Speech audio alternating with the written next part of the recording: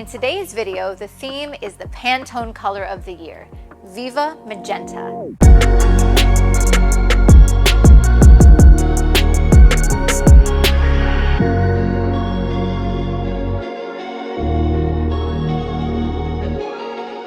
Hey everybody, Lindsay Adler here, and every December, Pantone announces the following year's Pantone color of the year. So what does this mean? Well, this color is meant to represent the zeitgeist. What is the color that represents the moment? And you're going to see that in fashion design, in graphic design. You will see it everywhere. And that also means that creative directors, art directors are searching that as a keyword. So as soon as I know the Pantone color of the year, I get ready and I start planning my first shoot. Now my creative team knows that I have done this for, 6, 8, maybe even 10 years now at this point. So as soon as it's announced, we're constantly sharing inspiration. And I was particularly excited for this year, 2023, because the color is Viva Magenta. Now, magenta isn't my favorite color, but red is. And when you see the Pantone color of the year, it's a red with like magenta undertones. And so this was going to be right up my alley. So this is my very first shoot for Pantone color of the year, but I have a ton more planned. All right, now, when I think of my style, I think of tight slices and controlled light, super saturated color, beauty images, a dash of creativity. And so I decided to put that all together in one image, which is what you're going to see in the breakdown and the behind the scenes today. So what I'd like to do is take you step by step through the building of the light, talk a little bit about the gear, and then I'm going to show you the color grading and the adjustments I make to the color in order to push it to that Pantone color of the year. So we've already discussed the concept, but let's talk a little bit about the set and the elements that I'm working with. I wanted to shoot red on red on red, and then shift those colors just a little bit towards magenta in order to achieve the color of the year. And so I planned ahead of time. First of all, this beautiful mask, this headpiece that was created, I reached out to my friend, Jennifer Daniels, who is a designer, and I said, hey, guess what? It's time for the Pantone color of the year again. What can you make me? And she did a little sketch, and this is what she came up with. She used different beads and gemstones, and she estimated that it cost her $5 to make. Now that's not necessarily something I could make, but it doesn't mean it has to be expensive, especially if you enjoy doing DIY crafts or you know somebody who's good at making these sort of creative looks. All right, so we start off with the headpiece and then the background. This background is Savage Universal Primary Red. Anytime that I want to achieve a super saturated red, this is my go-to. Then, in order to bring the red look into the subject's makeup, we went with a glitter lip. So I have a red headpiece, a red lip, a red background. And then, as you'll see, I try to bring red into the color of the light. So let me show you what I did with the 3 lights for this setup.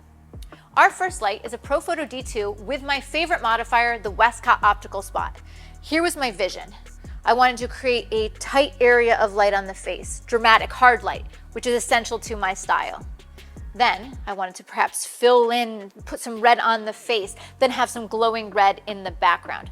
So I began with the optical spot, and I used the leaves to create just a narrow beam of light on the center of the subject's face.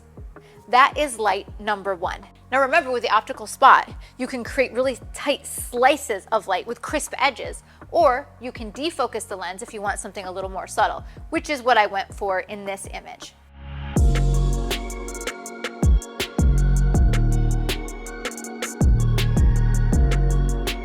All right, so now that we have the slice of light on the face, it's time for strobe number 2. The second strobe is a bare bulb with a red gel. So anywhere that there was a shadow on the face, when I add that second light, it fills in that color into the shadows. Now, if you're unfamiliar with gels and how to control the color and the placement, you'll want to check out my class, The Magic of Gels, which goes in depth on this, and it has more than 30 different lighting setups included with a guide. All right, so we have our slice of light, then our bare bulb with a red gel filling in the shadows, and then finally our background light to create separation. This background light is also a bare bulb, but you'll notice that it is pointed at the ground, pointed really low. And the reason it is that it creates a gradient of light. So instead of flat lighting the background so it's all one even tone, it's going to be lighter at the bottom and fade to a darker shadow, darker, richer red at the top of the background.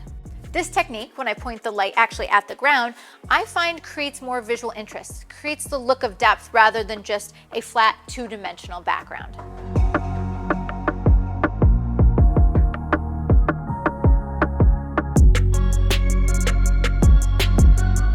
And there's one more piece to the equation to add the extra cherry on top and look like my style, is I added a star filter. Now, when I was looking at the headpiece, there's these little gems, little elements that I knew when it was lit by the hard light, it would create reflections. So by adding a 4-point star filter, you can see just little highlights, just little sparkles that are created off of those reflections, giving it a little extra sparkle and a little extra bling. All right, so once all the elements were in place, the headpiece, the lip, the color of the light, the background, it was time to get the shot. So I grabbed my Canon R5 and the RF 70-200 2.8 lens. This is a fantastically sharp and beautiful beauty lens, and I knew everything that I wanted to capture was going to be nice and close so I could really draw attention to that headpiece. Then it was all about getting just the right angle of the face, the right expression, moving the little pocket of light to different areas of her face. All of those things gave me variation.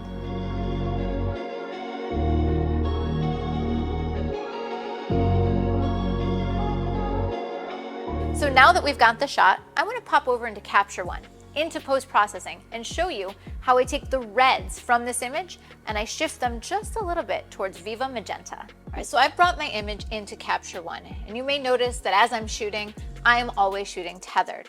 So as I'm taking the photographs, they're popping into Capture One for me to preview. This is called tethering. The reason I like to do this is I start adjusting and color grading the image even before I get into Photoshop, right while I'm shooting. And so I'm adjusting things like the white balance, the tint, I'm shifting colors, and particularly for this theme, I was messing around with the colors to get it look closer to that Viva Magenta. The two main areas that you're going to focus on are adjusting color with the color editor and color balance. So let's begin with the color editor. As you can see, there's all of the colors that you can go in and adjust the hue, saturation, and lightness, or hue, saturation, and luminance. So for example, for the theme of Viva Magenta, I don't really want the skin tone. I want it to be pretty neutral. So I can go into the yellows and desaturate them. In this case, I think the skin tone is actually a little bit more orange. I can desaturate and lighten that up, and now the skin tone is neutral. But in this case, what's more important to get us towards Viva Magenta is adjusting that red. You'll notice that on the hue slider, I can make that red appear more yellow, or I can make it appear more magenta, which is exactly what I need to do for this theme. So instantly, as I shift it over, you can see I'm already achieving closer to that Pantone color of the year. So far, you can see I get it closer to magenta, but it's not quite right. So I can continue to adjust the color with the color balance.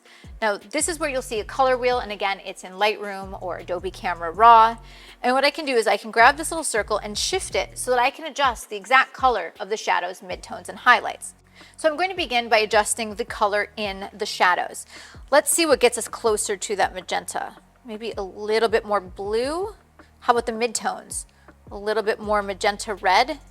That is already getting me much closer to that Viva Magenta. So I'm pretty happy with that. Maybe adjust the contrast a little, lighten everything up. And you can see, when compared to the original, it is much closer to the Pantone color of the year. I can then take this image with the color adjustments and the color grading and bring it into Photoshop for the retouch. What's nice is the Pantone color of the year. They provide the RGB, the exact color and hue that is the Pantone color of the year, and I can reference that and check against it in Photoshop to make sure that I am accurate.